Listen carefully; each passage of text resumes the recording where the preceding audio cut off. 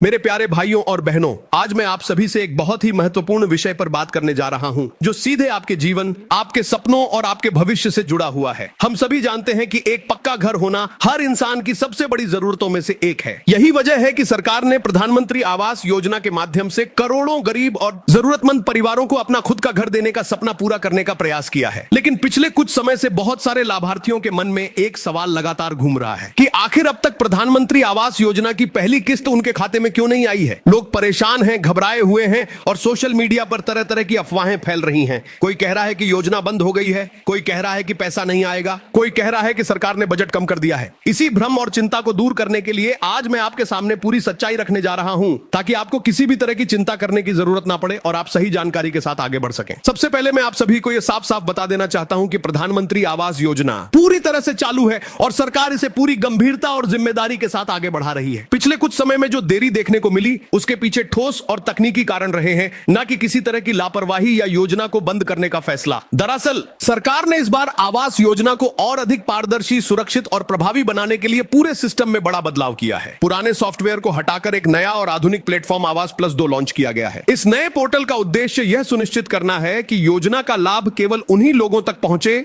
जो वास्तव में इसके हकदार हैं। पहले कई जगहों पर शिकायतें आ रही थी कि अपात्र लोग भी इस योजना का गलत फायदा उठा रहे हैं, फर्जी नाम जोड़ दिए जा रहे हैं और असली जरूरतमंदों को नुकसान हो रहा है। इन्हीं समस्याओं को खत्म करने के लिए सरकार ने यह बड़ा तकनीकी अपडेट किया। इस पोर्टल के अपडेट के दौरान कुछ समय के लिए डाटा ट्रांसफर, वेरिफिकेशन और राज्यों से जानकारी एकत्र करने की प्रक्रिया धीमी हो गई थी। कई राज्यों की सूची लंबित में चली गई थी क्योंकि उन्हें नए फॉर्मेट में अपना डाटा दोबारा भेजना पड़ा। इसी वजह से भुगतान प्रक्रिया में थोड़ी देरी हुई। लेकिन अब राहत की बात यह है कि लगभग सभी राज्यों ने अपना अपडेटेड डाटा केंद्र सरकार को भेज दिया है और सिस्टम पूरी तरह से सक्रिय हो चुका है। अब भुगतान की प्रक्रिया तेजी से आगे बढ़ रही है। साथियों, केंद्र सरकार ने प्रधानमंत्री आवास योजना ग्रामीण और शहरी दोनों के लिए इस बार बजट में भारी बढ़ोतरी की है। इसका सीधा मतलब यह है कि इस बार पहले से ज्यादा परिवारों को इस योजना का लाभ मिलेगा और जिन लोगों को पहले से स्वीकृति मिल चुकी है, उन्हें समय पर किस्तें मिलने की पूरी व्यवस्था की गई है। सरकार का लक्ष्य यही है कि ज्यादा से ज्यादा गरीब परिवारों को पक्का घर मिले और कोई भी पात्र व्यक्ति इस योजना से वंचित ना रह जाए। महंगाई और निर्माण सामग्री की बढ़ती कीमतों को ध्यान में रखते हुए सरकार ने इस बार निर्माण लागत पर भी विशेष ध्यान दिया है। कई क्षेत्रों में यह देखा गया है कि घर बनाने में पहले की तुलना में ज्यादा खर्च आ रहा है। इसी वजह से सरकार ने कुछ राज्यों में अतिरिक्त सहायता देने पर भी विचार किया है, ताकि लाभार्थियों को निर्माण के दौरान किसी तरह की परेशानी ना हो। इसके अलावा मनरेगा की मजदूरी को भी आवास योजना के साथ जोड़ा गया है। इसका मतलब यह है कि आपको सिर्फ घर बनाने के लिए पैसा ही नहीं मिलेगा,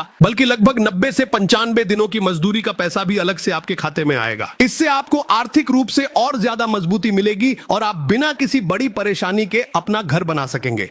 लेकिन यह सारी सुविधाएं और लाभ तभी मिलेंगे जब आपका नाम सरकारी सूची में सही तरीके से दर्ज होगा और आपकी सारी जानकारी पूरी तरह से अपडेट होगी। बहुत से लोगों की किस्त सिर्फ इसलिए अटक जाती है क्योंकि उनके दस्तावेज अधूरे होते हैं, बैंक खाते में समस्या होती है या आधार लिंक नहीं होता। इसलिए आपको इन बातों पर विशेष ध्यान देना बहुत जरूरी है। सबसे पहले बात करते हैं जॉब कार्ड की। अगर आपके पास मनरेगा का जॉब कार्ड नहीं है या आपका जॉब कार्ड निष्क्रिय हो गया है, तो उसे तुरंत नवीनीकरण करवाएं, क्योंकि आवास योजना और मनरेगा की मजदूरी आपस में जुड़ी होती है। अगर आपका जॉब कार्ड सही स्थिति में नहीं होगा तो आपकी मजदूरी का पैसा और कभी कभी आवास की किस्त भी अटक सकती है। इसके बाद आपको अपने बैंक खाते की स्थिति जरूर जांचनी चाहिए। अपने बैंक मैनेजर से मिलकर यह सुनिश्चित करें कि आपका खाता एनपीसीआई से मैप है या नहीं। साथ ही आपका बैंक खाता आधार से लिंक होना बहुत जरूरी है। आज के डिजिटल सिस्टम में अगर आपका खाता आधार से जुड़ा नहीं होगा तो सरकारी भुगतान प्रक्रिया में समस्या आ सकती है और पैसा जारी नहीं हो पाएगा। बहुत से लोगों का पैसा पिछले साल सिर्फ इसलिए रुक गया था क्योंकि उनका बैंक खाता निष्क्रिय हो गया था। लंबे समय तक कोई लेन देन नहीं होने पर बैंक खाते को निष्क्रिय कर दिया जाता है। इसलिए समय समय पर अपने खाते से 100 या 200 रुपए का छोटा मोटा लेन देन करते रहें, ताकि आपका खाता सक्रिय बना रहे और किसी भी तरह की परेशानी से बचा जा सके। अब बात करते हैं उन लोगों की जिनका घर पहले से ही कच्चा बना हुआ था और जिन्होंने नया आवेदन दिया है। सरकार ने इस बार वेरिफिकेशन प्रक्रिया को और मजबूत बनाने के लिए सैटेलाइट और जियो टैगिंग तकनीक का इस्तेमाल किया है। अधिकारियों की टीम आपके पुराने घर की फोटो खींचकर और उसकी लोकेशन रिकॉर्ड करके पोर्टल पर अपलोड कर रही है। इसे ही जियो टैगिंग कहा जाता है। अगर आपकी जियो टैगिंग सफलतापूर्वक हो चुकी है, तभी आपका नाम सूची में शामिल किया जाता है। अगर किसी कारण से अधिकारी आपके घर तक नहीं पहुंच पाए हैं या आपकी फोटो और लोकेशन अपलोड नहीं हो पाई है, तो आपको तुरंत अपने ग्राम प्रधान, सचिव या संबंधित अधिकारी से संपर्क करना चाहिए